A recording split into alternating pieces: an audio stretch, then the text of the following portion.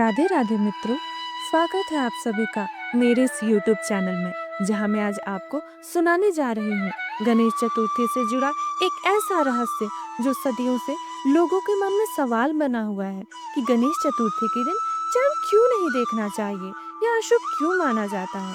कहा जाता है अगर आपने चांद देख लिया तो आपके जीवन में झूठा कलंक लग सकता है। क्या ये सच है?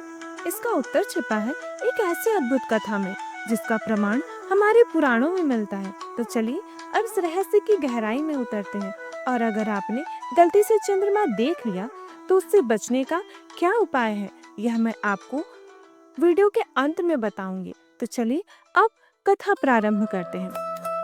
एक बार नंद किशोर ने सनत कुमारों से कहा कि चतुर्थी के चंद्रमा के दर्शन करने से श्री कृष्ण पर जो लांछन लगा था वह सिद्धि विनायक व्रत करने से ही दूर हुआ था। ऐसा सुनकर सनत कुमारों को आश्चर्य हुआ।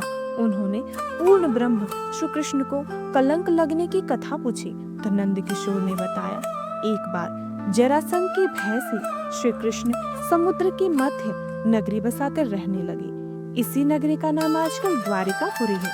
द्वारिकापुरी में निवास करने वाले स्त्राजित यादव ने सूर्य नारायण की आराधना की। तब भगवान सूर्य ने उसे नित्य 8 बार सोना देने वाली स्यमंतक नाम की मणि अपनी गले से उतार कर दे दी। मणि पाकर स्त्राजित यादव जब समाज में गया तो श्री कृष्ण ने उस मणि को प्राप्त करने की इच्छा व्यक्त की। स्त्राजित ने वह मणि श्री कृष्ण को ना देकर अपने भाई प्रसेनजीत को दे दी। एक दिन प्रसेनजीत घोड़े पर चढ़कर शिकार के लिए गया। वहां एक शेर ने उसे मार डाला और मणि ले ली। रीछों का राजा जामवंत उस सिंह को मारकर मणि लेकर गुफा में चला गया। जब प्रसेनजीत कई दिनों तक शिकार से न लौटा तो स्त्राजित को बड़ा दुख हुआ। उसने सोचा श्री कृष्ण ने ही मणि प्राप्त करने के लिए उसका वध कर दिया होगा। अतः वह बिना किसी प्रकार की जानकारी जुटाए उसने प्रचार कर दिया कि श्री कृष्ण ने ही प्रसेनजीत को मारकर स्यमंतक मणि छीन ली है। इस लोक निंदा के निवारण के लिए श्री कृष्ण बहुत से लोगों के साथ प्रसेनजीत को ढूंढने वन में गए। वहां पर प्रसेनजीत को शेर द्वारा मार डालना और शेर को रीछ द्वारा मारने के चिन्ह उन्हें मिल गए। रीछ के पैरों की खोज करते करते वे जामवंत की गुफा पर पहुंचे और गुफा के भीतर चले गए। वहां उन्होंने देखा कि जामवंत की पुत्री उस मणि के साथ खेल रही है। श्री कृष्ण को देखते ही जामवंत युद्ध के लिए तैयार हो गया। युद्ध छिड़ गया।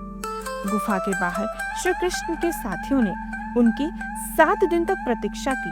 फिर वे लोग उनके वध को जानकर पश्चाताप करते हुए द्वारिकापुरी लौट गए। इधर 21 दिन तक लगातार युद्ध करने पर भी जामवंत श्री कृष्ण को पराजित न कर सका। तब उसने सोचा, कहीं यह वह अवतार तो नहीं जिसके लिए मुझे रामचंद्र जी का वरदान मिला था। यह पुष्टि होने पर उसने अपनी कन्या का विवाह श्री कृष्ण के साथ करा दिया और मणि को विवाह के उपहार स्वरूप श्री कृष्ण को प्रदान कर दी। श्री कृष्ण जब मणि लेकर वापस आए तो स्त्राजित अपने किए पर बहुत लज्जित हुआ। इस लज्जा से मुक्त होने के लिए उसने अपनी पुत्री का विवाह भी श्री कृष्ण के साथ करा दिया। कुछ समय के बाद श्री कृष्ण किसी काम से इंद्रप्रस्थ चले गए। अब अक्रूर तथा ऋतुवर्मा की राय से शतधन्या यादव ने स्त्राजित को मारकर मणि अपने कब्जे में ले ली। स्त्राजित की मौत का समाचार जब श्री कृष्ण को मिला तो वे तत्काल द्वारिका पहुंचे।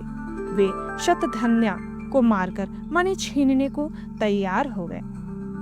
इस कार्य में सहायता के लिए बलराम भी तैयार थे। यह जानकर शतधन्या ने मणि अक्रूर को दे दी और स्वयं भाग निकला। श्री कृष्ण ने उसका पीछा करके उसे मार तो डाला, पर मणि उन्हें मिल नहीं पाई। बलराम जी भी वहां पहुंचे। श्री कृष्ण ने उन्हें बताया कि मणि उनके पास नहीं है। बलराम जी को विश्वास न हुआ। वे अप्रसन्न होकर विदर्भ चले गए। श्री कृष्ण ने द्वारिका लौटने पर लोगों से अपमान मिला। तत्काल यह समाचार फैल गया कि श्यामंतक मणि के लोभ में श्री कृष्ण ने अपने भाई को भी त्याग दिया। श्री कृष्ण इस अकारण प्राप्त अपमान के शोक में डूब गए। सहसा वहां नारद जी आ गए। उन्होंने श्री कृष्ण जी को बताया, आपने भाद्रपद शुक्ल चतुर्थी की चंद्रमा का दर्शन किया था, इसी कारण आपको इस तरह लांछित होना पड़ा। श्री कृष्ण ने पूछा, चौथ की चंद्रमा में ऐसा क्या है जिसके कारण उसके दर्शन मात्र से मनुष्य कलंकित हो जाता है? तब नारद जी बोले, एक बार ब्रह्मा जी ने चतुर्थी के दिन गणेश जी का व्रत किया था। गणेश जी ने प्रकट होकर वर मांगने को कहा तो उन्होंने मांगा कि मुझे सृष्टि की रचना करने का मोह ना हो। गणेश जी ज्यों ही तथास्तु कहकर चलने लगे तो उनके विचित्र व्यक्तित्व को देखकर चंद्रमा ने उपहास किया। इस पर गणेश जी ने रुष्ट होकर चंद्रमा को शाप दिया कि आज से तुम्हारा मुख नहीं देखना पड़ेगा। शाप देकर गणेश जी अपने लोक चले गए और चंद्रमा मान सरोवर पर कुमुदनियों में जा छिपा। चंद्रमा के बिना प्राणियों को बड़ा कष्ट हो रहा था।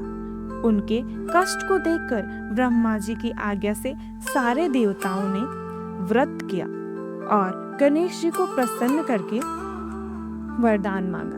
गणेश जी ने वरदान दिया कि अब चंद्रमा शाप से मुक्त तो हो जाएगा, पर भाद्रपद शुक्ल चतुर्थी को जो भी चंद्रमा के दर्शन करेगा उसे चोरी आदि का झूठा लांछन जरूर लगेगा, किंतु जो मनुष्य प्रत्येक द्वितीया को दर्शन करता रहेगा वह इस लांछन से बच जाएगा।